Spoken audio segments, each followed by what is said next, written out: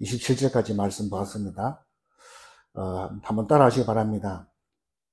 하나님이 주신 권위를 인정해야 됩니다. 시작. 하나님이 주신 권위를 인정해야 합니다. 예. 예수님께서 공생에 시작할 때부터 이 사탄, 이 마귀는요, 예수님께 시험을 걸었습니다. 어떤 식으로 시험을 걸었는가 하면, 너가 만일 하나님의 아들이거든 그랬습니다. 이거는 뭔 말이에요? 이건 권위에 대한 도전이거든요. 권위에 대한 도전이다. 아니, 하나님이면 하나님이지 무슨 하나님의 아들이거든 그렇게 말합니까? 항상 이렇게 마귀는요, 딱하게 이렇게 말을 합니다. 좀 사람으로 말하면 좀 깐족거리고 또 이 사람을 신경질 나게 하는 그런 존재다 이렇게 보시면 됩니다. 뿐만 아니라 예수님의 그 주변에는요, 또 이 바리새인들이나 또 종교 지도자들이 이렇게 따라다닙니다. 그래가지고 예수님의 그 말꼬리를 잡고 시비를 걸고 그렇게 합니다. 오늘 또 보니까 누구의 권세로 네가 이런 일을 하느냐 이런 식으로 막 따지고 들지 않습니까? 그러면서 네가 누구의 권세로 이런 일을 하느냐, 누구의 권세로 병을 고치고 누구의 권세로 귀신을 쫓아내고 하나님의 나라가 임했다 하고 질병을 치유하고 그렇게 하냐, 이런 식으로 시비를 거는 걸 볼 수 있습니다. 왜 그러냐 하면요, 예수님 공생의 마지막에는 이렇게 좀 시비 걸 만한 그런 것들이 몇 가지가 있었어요. 그 첫 번째가 오늘 뭡니까? 권위에 대한 것입니다. 그리고 22장에 보면 또 나오는데 그 뭐냐? 세금에 대해서 나와요. 세금을 내야 되느냐 말아야 되느냐 이런 것이고, 또 부활에 대한 것도 또 이렇게 시비를 겁니다. 그거는 왜 그런가 하면 사두개인들이 부활을 안 믿기 때문에 그걸 가지고 또 시비를 겁니다. 그리고 네 번째로는 또 뭘 시비 거는가 하면요, 이 하나님의 권위에 대해서, 하나님의 계명에 대해서 또 얘기를 합니다. 큰 계명이 뭐냐? 첫 번째 계명이 뭐냐? 이런 식으로 또 시비를 겁니다.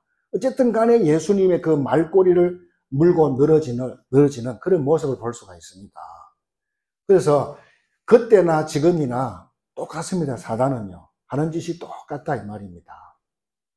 그래서 오늘 예수님께서 우리에게 엄청난 것들을 우리에게 메시지로 던져주고 있다, 그런 말씀입니다. 똑같아요. 오늘 본문에 보세요. 23절에 예수께서 성전에 가서 가르치실 때 대제사장들과 백성의 장로들 나와 이르되 네가 무슨 권위로 이런 일을 하느냐, 또 누가 이 권위를 줬느냐 이렇게 말하잖아요. 두 가지잖아요.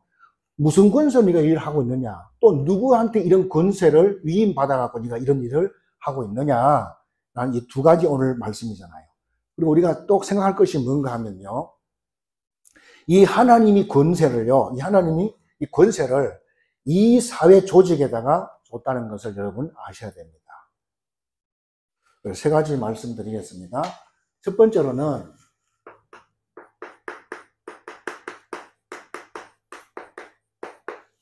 무슨 권세냐 이렇게 나왔습니다. 무슨 권세로 네가 일을 하느냐 이렇게 말했는데 굉장히 본질적인 문제죠. 본질적인 문제입니다. 네가 무슨 권세로 사람들을 선동하느냐 이 말이에요. 선동하는 것이 아니에요. 예수님께서 뭐 하는 거죠? 교육시키고 있다 이 말이에요. 교육시키고 있는데 선동한다고 착각한 것이 사실은요. 그리고 무슨 권세로 병을 이렇게 치유하느냐, 무슨 권세로 죄 사함을 주느냐, 이걸 가지고 지금 시비를 걸고 있는 것입니다. 사실은요, 죄 사함이라든지 이 사탄 마귀 귀신, 그 다음에 지옥 문제,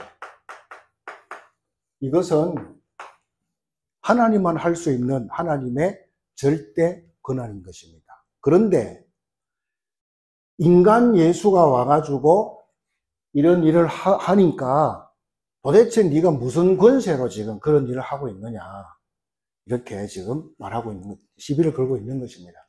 본질적인 그런 문제잖아요. 근데요, 이 이 권위의 성격은요, 굉장히 많이 있어요. 굉장히 폭넓다 이 말이에요. 그래서 사회적으로도 이 권위를 주셨고요. 정치적으로도 이 권위를 주셨다 이 말이에요.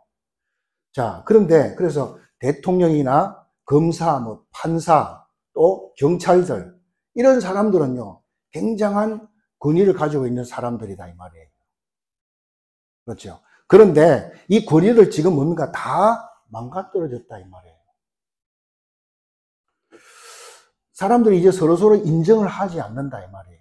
이런 지금 적용이 왔다 이 말입니다. 법을 만들어 놓고 그 법을 만들어 놔도 뭐 힘센 자, 또 가진 자 이런 사람은 안 지켜도 괜찮아. 여러분 그래서요. 권위주의를 무너뜨려야 되는데 권위를 무너뜨렸다 이 말이에요. 권위를. 그러니까 이 세상에는요. 혼란밖에 사회가 자체가 혼란스러워진다. 그런 말씀입니다. 그럼 성경은 뭐라고 되어 있냐 이 말이에요. 이 권위에 대해서 성경은 뭐라 했습니까? 하나님 모르는 대통령도 누가 세웠다 그랬어요? 하나님이 세웠다 그랬습니다. 우리가 이거는 믿기 싫어도 인정하기 싫어도 인정을 해야 됩니다. 왜? 성경이 그렇게 말하고 있기 때문에. 우리는 하나님 믿는데 뭘 믿어요? 하나님의 말씀을 믿는 거잖아요. 성경이 맞다면 맞은 거예요. 성경이 틀리다면 틀린 것이고. 우리는 하나님의 말씀이 맞기 때문에 말씀 그대로 믿는 것입니다. 근데요, 이 권위를요, 다 흔들어 버렸다, 이 말입니다. 어떤 사람들은 이런 것들을 좋아해가지고 막 떼거지로 사람들 몰아가면서 막 그렇게 막 일을 하는데 그것이 앞으로 나중에는 심각한 문제가 온다, 이 말입니다. 모든 권위를 다 파괴시키게 된다, 이 말이에요. 이게 무서운 겁니다. 그래서 가정도요, 가정에도 조직이 있어요. 여러분 직장에도 조직이 있습니다. 회장님이 있고 사장님이 있잖아요. 누가 세웠어요? 하나님이 세웠어요. 근데 본인들은 자기가 열심히 돈 벌어갖고 뭐 하나 회사 세웠다 생각하잖아요. 착각입니다. 하나님이 세운 것입니다. 심지어는 믿는 사람들마저도 이것을 인정하지 않아요. 그렇게 생각 안 한다 이 말이에요. 근데 그래서 왜 그런가 이런 생각해 보니까 이런 메시지를 들어본 적이 없구나.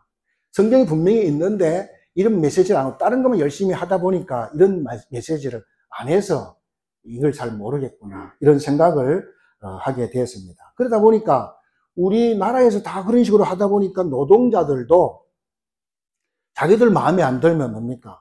회장이고 사장이 필요 없이 그냥 다 엎어버린다 이 말입니다. 이렇게 되면 다 모든 것이 다 무너져 버려요. 다 무너지면 뭐만 남아요? 혼란밖에 남는 것이 없다 이 말입니다. 그래서요, 도덕적으로도 하나님께서 이 권위를 줬고요. 또 지식적으로도 권위를 줬어요. 그런데 우리 학생들이 선생님을 뭡니까? 때리잖아요. 우리 학생들이 교수님을 끌어내립니다. 지금 이런 시대가 왔습니다. 교회도 마찬가지예요. 교회도 목회자가 아무리 이야기해도 말 듣지 않고 믿지 않습니다. 여러분, 하나님이 위에서 주신 그 권위가요. 아무것도 아닌 것 같아도 그렇지 않습니다. 굉장히 이게 중요하다는 것을 여러분 아시기 바랍니다. 그래서 우리는 막 구원을 강조하고 복음을 강조하다 보니까 이런 쪽으로 강조가 안 된 것입니다. 다 성경대로 가야 됩니다, 사실은. 맞습니까? 그래서 우리는 다 뭐라 하죠? 베드로전서 2장 9절에 있는 대로 만인 제사장이다 이렇게 하잖아요. 만인 제사장이다 이렇게 하기 때문에 목사님만 제사장입니까? 나도 제사장입니다. 이렇게 나오면 곤란하다 이 말이죠. 그래서 뭐 태생적으로 앞에 나와서 뭘 하고 이렇게 하길 좋아하는 사람도 있어요. 그러면 그 사람은 어떻게 해야 됩니까? 그 사람은 그냥 신학교 가야 돼요. 신학 가가지고 절차 밟아서 이렇게 공부하고 안수받고 해가지고 목회하든지 뭐 그렇게 해야 될 거 아닙니까? 뭐든지 원리가 다 있는 거예요. 원리가 다 있어요. 그냥 되는 게 아니잖아요. 그래서 그렇지 않으면 나중에 보면 이것이 참 얼마나 무서운 것인지 알게 된다 이 말이죠. 그래서 이 권위가 얼마나 중요한지 알아야 된다 이 말입니다.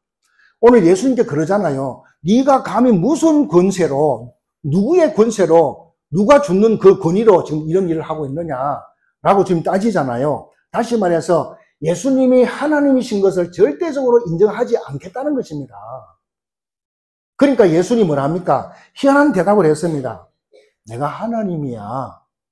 내가 하늘에서 온 자야. 이렇게 말하면 끝날 건데 그렇게 말한들 누가 그걸 이해하고 알아듣겠습니까? 아무도 못 알아들어. 더 열나지, 더 열이 나가지고 발작발작 뛸 거 아니겠습니까? 그래서 예수님께서 그들이 꼼짝할 수 없는 말을 딱 했습니다. 그냥 오늘 본문에 보니까 뭐라 했냐? 그러면 너희가 요한이 세례를 주는데 그 요한의 세례가 하늘에서 주신 권세냐? 사람이 준 권세냐?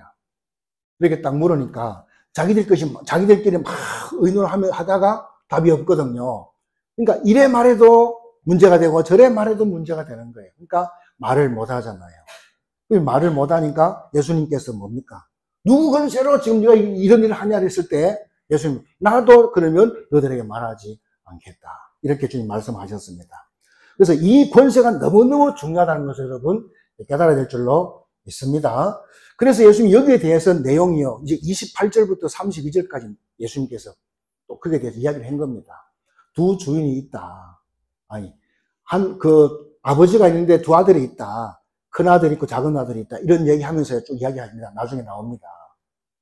자, 그래서요, 하나님은 모든 것을 다 아시기 때문에 절대적으로는 뭡니까? 합력해서 선을 이루도록 하나님은 그렇게 하신다는 사실을 여러분 믿으시기 바랍니다. 두 번째는, 그러면 누구로부터 이 권세를 위임받아가지고 네가 그런 일을 하느냐? 이렇게 나왔습니다. 그러니까 아까 본문에 나와 있듯이요, 그러면 너희들은 세례 요한이 그 세례를 위에서 주신 것이냐, 사람에서 나온 것이냐, 이렇게 물었을 때에 아무도 말을 하지 못했습니다. 여기에서 우리가요, 몇 가지 발견할 것이 있다, 이 말입니다. 첫 번째로는 뭐냐? 하나님의 권위입니다. 하나님의 권위. 이거를 찾아야 된다. 모세가 그러잖아요. 하나님이 모세 불러갖고요, 이스라엘 백성들이 애굽에 모여 있을 때 불러가지고 내 백성을 데리고 나가라. 이렇게 하나님 앞에 명령을 받습니다. 그때 모세가 이런 말을 합니다. 그럼 하나님, 내가 이스라엘 백성들한테 가가지고 우리 여기서 출애굽을 해야 됩니다. 라고 말했을 때 너 누가 그렇게 시켰냐라고 말하면 제가 뭐라고 말해야 됩니까? 이렇게 물은 거예요. 그러니까 하나님 뭐라 그랬어요? 스스로 있는 자가 그렇게 말했다고 해라. 이렇게 말씀했잖아요. 스스로 있는 자. 자, 우리 하나님의 권위는 뭡니까? 누구도 간섭하지 않습니다. 그렇죠? 누가 우리 하나님 만든 자가 없어요. 하나님 당신 자신이 당신을 만드신 거예요. 그래서 당신이 뭡니까? 창조주다 이 말이에요. 그래서 창세기 1장 1절에 태초에 하나님이 천지를 창조하십니다. 그렇죠? 근데 이 말을요, 어떤 사람은 이상하게 들려서 이상하게 들어갔고요, 하나님 안 믿는 사람 많아요. 그리고 진화론 이런 걸 많이 믿잖아요. 진화론. 네? 원숭이가 변해서 사람이 됐다 이런 걸 믿어요. 네? 그런데 저와 여러분들은 이 구절 말씀이 태초에 하나님이 천지를 창조하시니라 이 말씀을 믿어져 가지고 오늘 여기 앉아 있어요. 이게 엄청난 거잖아요. 그래서요, 이 하나님의 권위 이게 뭡니까? 근본 중에 근본이다 이 말입니다. 이 하나님의 권위가요, 절대적인 권위라는 사실 여러분 믿으시기 바랍니다. 가만히 보세요. 이 사단이요, 지금 뭘 건드립니까? 사단이 뭘 건드립니까? 여기서 하나님의 권위에 대해서 사단이 도전을 하는 것입니다. 이 사단이라는 존재가요, 원래 어떤 존재냐? 원래는 천사장이었습니다. 천사의 리더자였다. 그런 말입니다. 이 사단이 원래는 그렇습니다. 그런데 이것이 이사야 14장 12절로 14절에 뭐라고 되어 있는가 하면요, 자기가 이 찬양을 만든 것들이요, 너무 뭡니까? 영광이 되는 거예요. 영광이 나타나는 거예요. 그러다 보니까 막 이제 보이는 게 없는 거예요. 교만할 대로 교만해진 거예요. 그래가지고 내가 지극히 높은 하나님과 지극히 높은 자와 비결이라. 지극히 높은 자는 누구예요? 하나님밖에 없잖아요. 그 하나님하고 내가 같아지리라. 특히 14절에 지극히 높은 이와 같아지리라. 이렇게 말하잖아요. 이렇게 인간이, 이렇게 사단이 교만해졌다. 그래서 하나님께서 그 사단을 징계해가지고요, 내쫓아 버렸다. 이 말이에요. 그것이 어디로 왔어요? 지구상에 출현했다. 이 말이에요. 원래 하늘에 있던 천사였는데, 타락해가지고 이 지구상에 내쫓김을 받았다. 이 말이에요. 그것이 알다시피요, 창세기 3장 1절에서 20절이잖아요. 이것이 와가지고요, 지구에 와가지고 똑같은 방식으로 또 속이는 것입니다. 우리 인간한테 뭐라 합니까? 너가 이 선악과를 따먹으면 네가 하나님처럼 된다. 다시 말하면 뭡니까? 하나님의 권위에 뭐 해라? 도전해라. 이렇게 지금 하고 있는 것을 볼 수 있습니다. 아주 강력하잖아요. 그래서 이 권위가요, 이 권위가 깨지면 사회 질서가 다 망가진다. 그런 말입니다. 그래서 이 창세기 3장 사건은요, 그냥 선악과 사건이 아닙니다. 그냥 선악과 사건이 그렇게 보면 안 됩니다. 그렇죠? 그래서 이 권위가 깨지면요, 모든 질서가, 사회 질서가 다 파괴된다. 이 말입니다. 잘 알아듣길 바랍니다. 뒤죽박죽돼요. 그래서 이것이 굉장히 중요한 것입니다.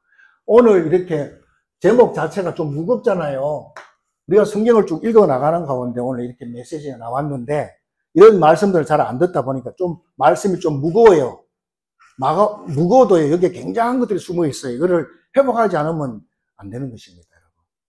그래서 이스라엘 백성들은 유일하게 왕이 없는 민족이에요. 다른 나라는 다 왕이 있지만 이스라엘 나라만큼은 왕이 하나님 주지 않았습니다. 왜냐? 이스라엘 나라는 하나님이 직접 말씀으로 이렇게 다스리는 민족입니다. 그런데 그게 유대인들이, 그 이스라엘 백성들이 그 자체가 하나님이 말씀을 주고 말씀 따라가는 것인데 이것이 복인 줄 몰라. 축복인 줄 모른다 이 말이에요. 그럼 입만 벌리면 뭡니까? 우리에게도 왕을 세워달라고 막 이렇게 요구를 하는 거예요. 왕을 세워달라고. 그러니까 하나님은 또 그렇게 하면 해주잖아요.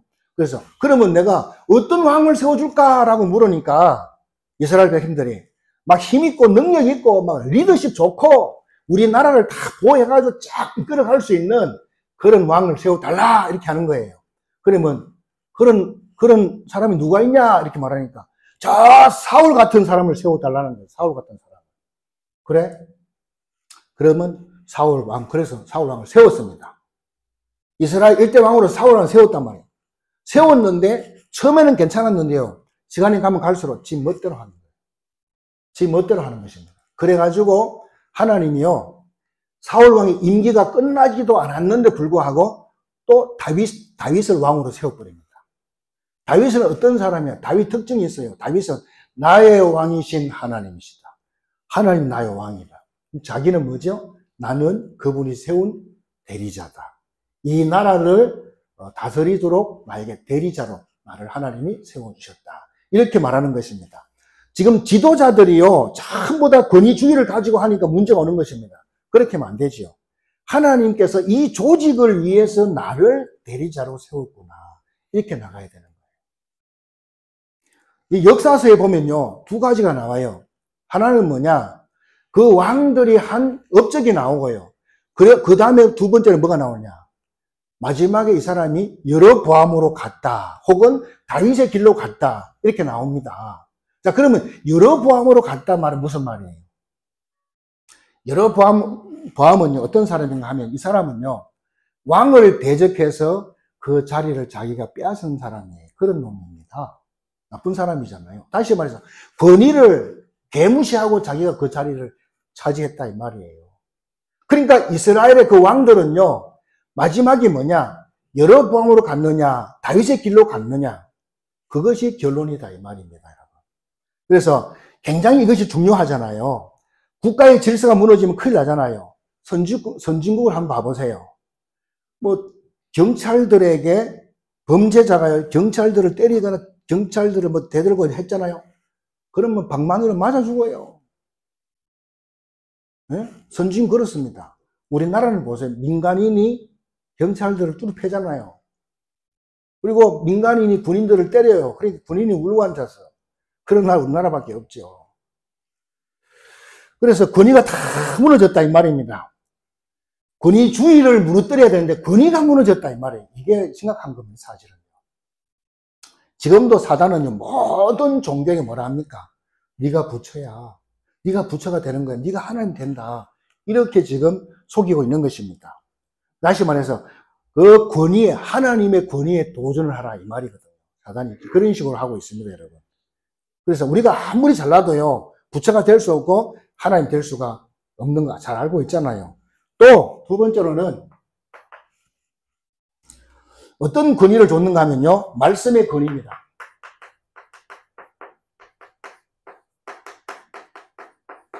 말씀의 권위 혹은 성경의 권위입니다. 자, 굉장히 중요한데요. 하나님 말씀은요, 1.1핵도 땅에 떨어지지 않고 다 이루어진다라고 했습니다. 그러면서 이 하나님의 말씀을 더하거나 빼면 성경에 나와 있는 모든 저주를 그 사람 머리에 다 돌려버리겠다. 이렇게 하나님께서 말씀해 놨습니다. 그리고 이 성경은요, 이사야서에 보면요, 짝이 없는 게 없어요. 다 짝이 있다 그랬어요. 그래서 성경은 해석을 어떻게 하느냐? 성경이 성경을 해석하도록 그렇게 돼 있어요. 내 마음대로, 내 생각대로 막 이렇게 해석하면 안 된다는 것입니다. 그래서 이 말씀의 권위, 그 다음에 하나님의 권위, 이게 굉장히 중요하다 이 말입니다. 그래서 이거를 인정하지 않으면요, 모든 것에 다 문제가 온다 이 말입니다. 오늘 말씀은 너무너무 대단한 말씀입니다. 그래서 우리가 하나님의 말씀의 권위, 또 하나님의 권위, 그렇죠? 그래서 우리는요, 하나님의 절대 주권을 믿는 것입니다. 왜냐? 참새 한 마리도 하나님의 계획이 아니면 땅에 떨어지는 법이 없다 이 말입니다. 그럼 우리가 어떻게 해야 됩니까? 우리는 그 문제 속에서, 그 일 속에서 하나님의 계획이 뭐냐? 하나님 뜻이 뭐지? 하나님 왜 이걸 허락했을까? 이에 대한 하나님 계획이 뭘까? 이거를 찾아내야 된다 이 말입니다. 그리고 이 성경의 권위, 성경의 권위가 있습니다. 성경의 권위는 뭡니까? 이 성경의 목적이 있잖아요. 목적이 뭐죠? 예수가 그리스도다. 그거를 알고 믿게 하고 그 사실을 가지고 순종하도록 하는 것입니다. 그렇죠? 그래서 이 사탄의 특징이 뭡니까? 불신앙, 불순종하게 하는 것이 사탄의 특징입니다. 그럼 복음의 특징이 뭡니까? 예수 그리스도 안에 있으면 순종하게 돼 있어요. 왜? 모든 주권이 다 하나님 속에 있기 때문에 순종할 수밖에 없는 것이지요. 그래서요, 말씀을 부정하거나 말씀을 부인하거나 또 말씀을 불신하는 것보다 더 큰 죄는 없다. 하나님 말씀을 안 믿어, 하나님 자체를 안 믿어, 그게 제일 큰 죄라는 것입니다. 그래서 불신앙, 불순종 다 같은 건데요, 이 제일 큰 죄다 그렇게 말씀해 주고 있습니다. 그래서 이런 시대는 전부 뭐였습니까? 이런 시대는 전부 다 망한 시대입니다. 하나님의 말씀을 우습게 생각하고 다 불신하고 했던 그런 시대들은 다 망했다는 것을 성경은 말해주고 있습니다. 그래서 죄가 뭡니까? 하나님을 부인하고 하나님을 거역하고 하나님의 말씀을요, 비판하고 반역하고 부정하고 하나님의 일에 도전하고 다 그런 것입니다. 그럼 우리는 어떻게 해야 되겠냐 이 말이죠. 이 하나님의 말씀의 권위에 순종하고 하나님 말씀에 순종하면서 삶을 살아야 돼. 그것이 완벽한 삶인 줄로 이런 믿으시기 바랍니다. 이게 하나님 역사다. 그래서 오늘 너무나도 우리에게 소중하고 중요한 것입니다. 놓치면 안 되지요. 그래서 여러분, 죄하고 사단하고는 다 이렇게 연결이 되어 있는 거예요. 다 연결이 되어 있습니다. 지금 뭡니까? 지도자의 말을 안 들어요.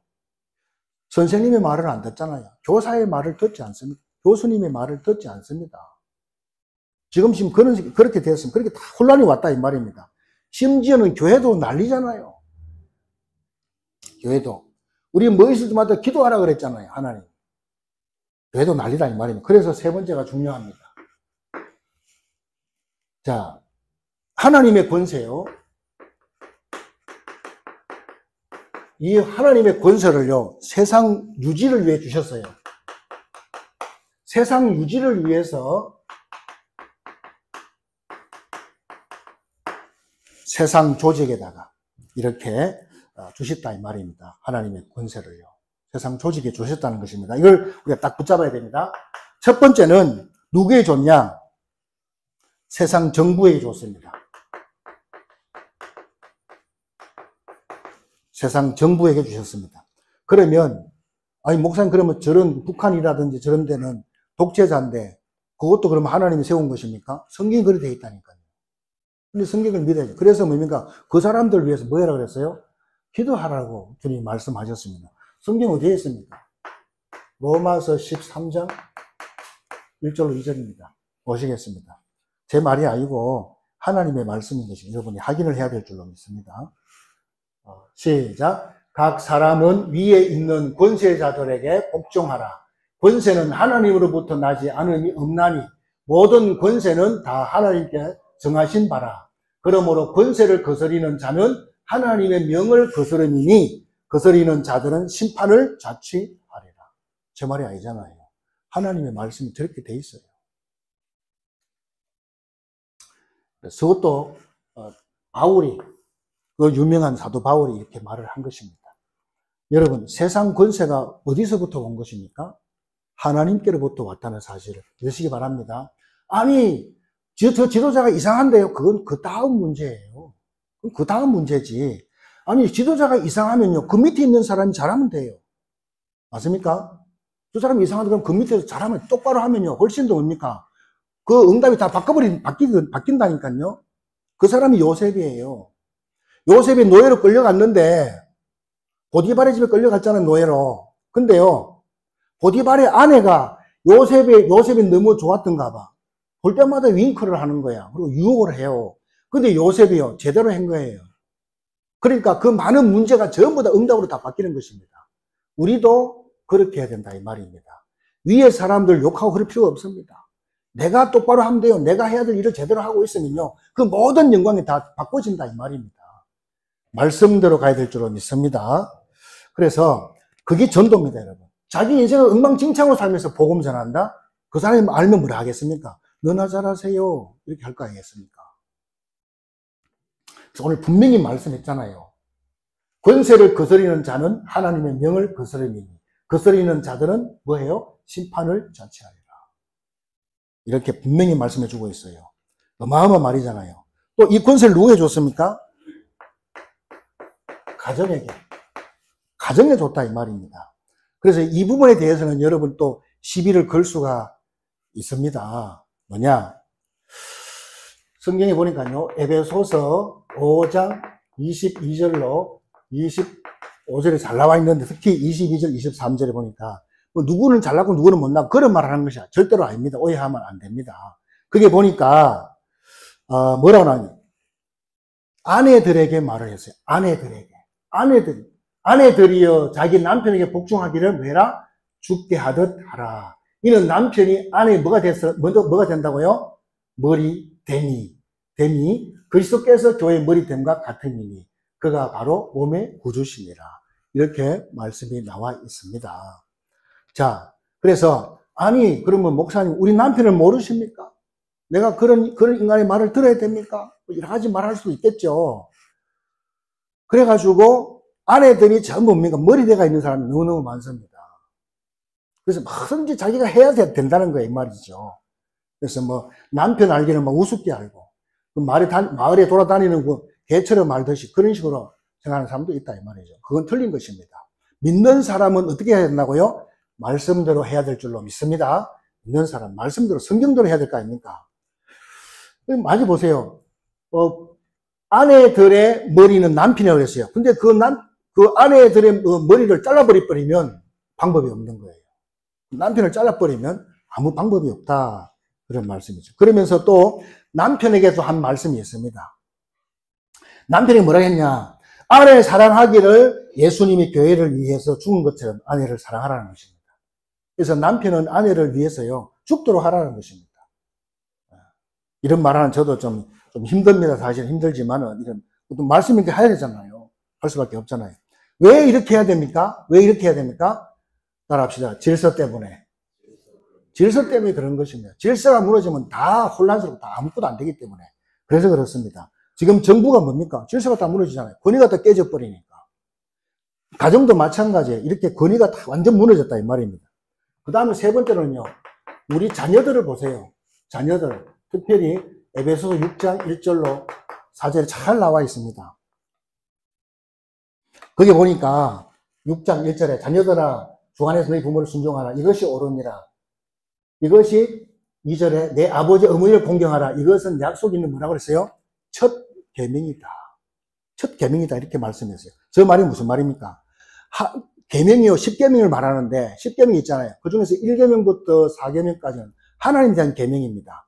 5계명부터 10계명까지는 사람에 대한 계명이에요. 사람에 대한 계명 중에 첫 번째가 뭐다? 내 부모를 공경해라. 그래서 첫 번째 계명이 이렇게 말하는 거예요.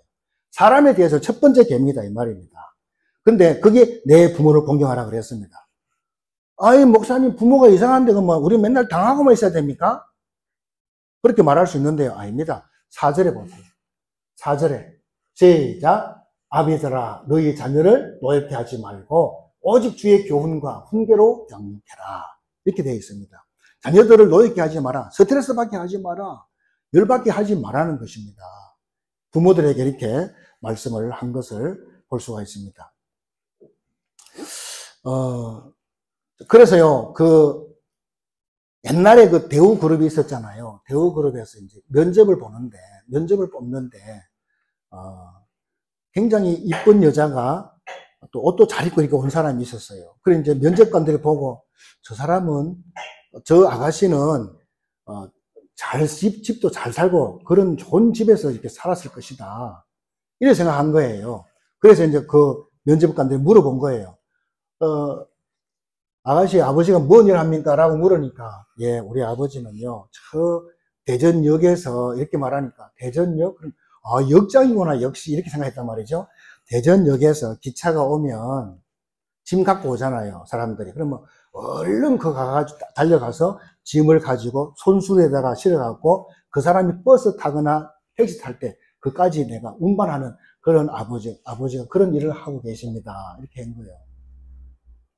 그러니까 면접관들이 볼 때 좀 실망할 수도 있잖아요. 그런데 그게 아니라 저 아가씨를 무조건 합격시키자. 왜냐? 다른 사람은 그런 부모가 있으면 부끄러워할 건데 저 아가씨는 당당하게 말하지 않느냐. 그러니까 무조건 합격이다. 왜 그러냐? 우리 회사에서도 저렇게 할 것이 아니냐는 것이죠. 요즘 뭡니까? 자녀들이요. 부모들을 너무 이렇게 우습게 하는 것이 너무너무 많은 걸 볼 수가 있습니다. 그래서 우습게 하지만은 자녀들은 무조건 당하는 거 아닙니다. 4절에 있는 대로 뭡니까? 부모들은 자녀들을 노엽게 하면 안 됩니다. 스트레스 받게 하면 안 되고 어떻게 하라고요? 주의 교훈과 훈계로 뭐 해라? 양육해라. 이렇게 말씀이 나와 있습니다. 그래서 이 권위가 다 깨져버리면요. 모든 것에 다 문제가 온다 이 말입니다. 네 번째로는 뭐라 했냐? 이 권위를 교회에다가 줬다 이 말입니다. 교회에다가 주셨습니다. 데살로니가 전서 5장 12절입니다. 보니까 한번 봅시다. 형제들아 우리가 너희에게 구하노니 너희 가운데서 수고하고 주 안에서 너희를 다스리며 권하는 자들을 너희가 알고 그랬습니다. 다시 말해서 주 안에서 가르치는 사람들을 귀중하게 여기라. 이제 그런 말씀입니다. 한마디로요. 그래서 뭐 목회자나 또 아니면 교사들이나 교수님들 이런 사람들을 귀하게 여겨야 된다. 그런 것입니다. 왜 그런가 하면요. 공부하는 학생이요. 선생님을 싫어해. 미워해. 선생님이 아무 짓도 안 했는데 혼자 스스로 미워 그래. 그럼 어떻게 되죠? 선생님이 강의하잖아. 강의하면 그게 들어와야 안 들어와요? 한 개도 안 들어와. 딴 생각하고 앉아서. 그러면 누구 손해보는 거예요? 그 학생만 손해본다 이 말이에요. 그래서 관계가 중요한 것입니다.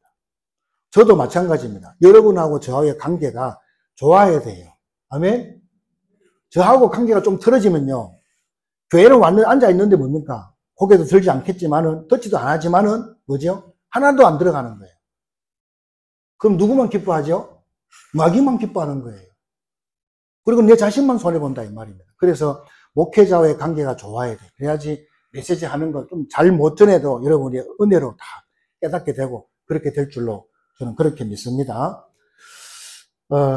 그래서 오늘 이 권위에 대한 문제인데요. 권위 문제가 얼마나 중요한지 말을 잘못하면요. 오늘 예수님이 그 자리에서 이 대제사장 뭡니까? 종교 지도자라고 지금 싸울 판이야 지금.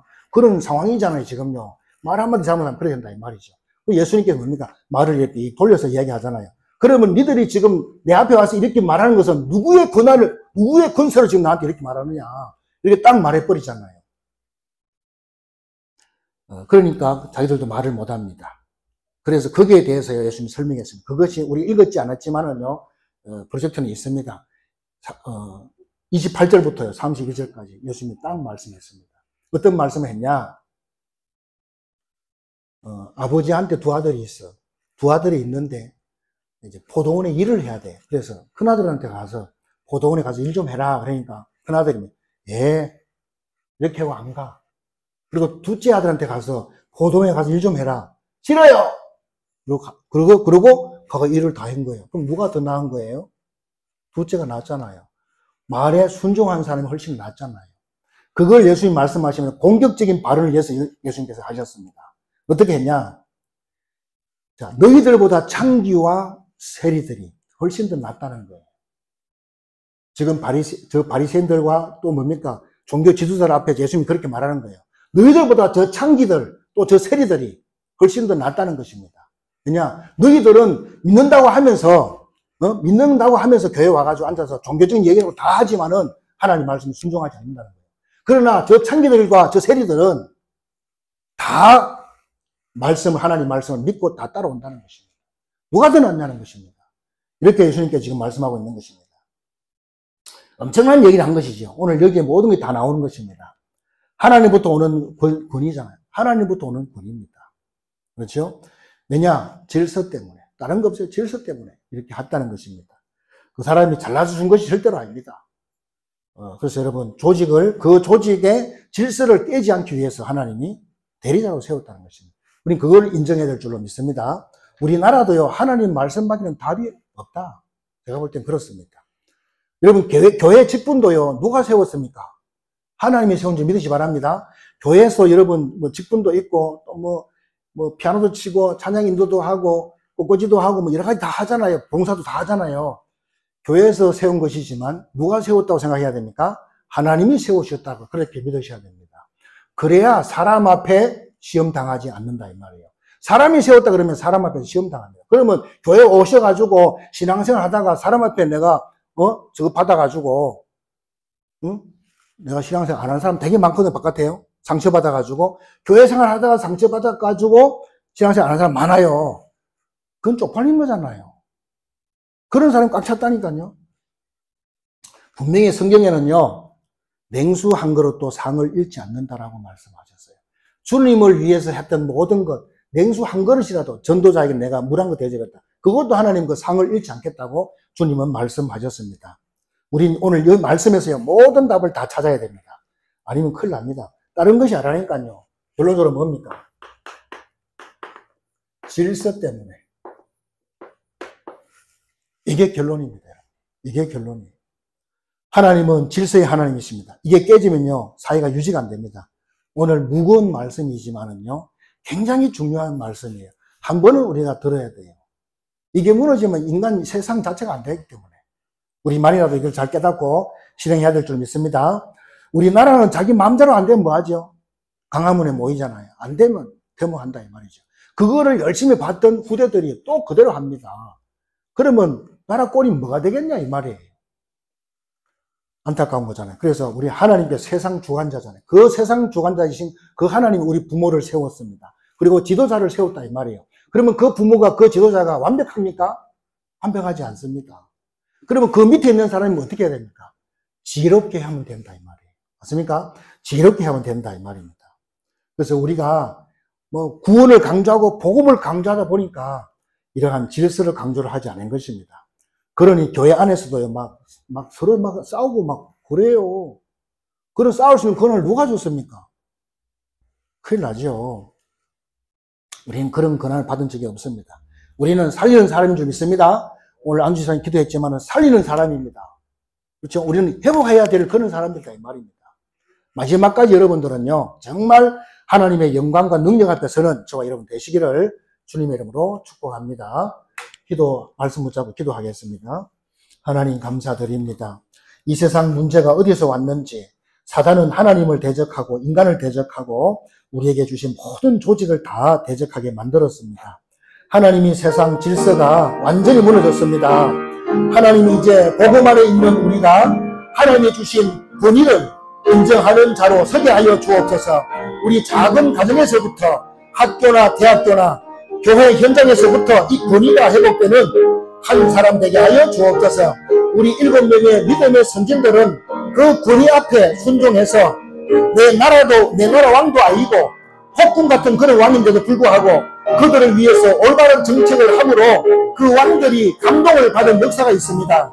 그냥 되는 것이 아니라 그 현장에서 하나님의 참된 권위를 인정하고 하나님으로부터 받은 내 직분, 내 일에 큰 자부심을 가지고 한 걸음 한 걸음을 주의 영광 가운데 쓰임받는 우리 모두가 되어줄 수 있도록 축복하여 주옵소서. 오늘 이 말씀들이 아버지 하나님의 귀에 들려지게 하시고 깨달아지게 하셔서 정말 이 나라를 바라보며 하나님 아버지 탄식하며 기도할 수 있는 믿음의 사람들이 되어지게 하여 주옵소서. 살아계신 주 예수님의 이름으로 기도드립니다.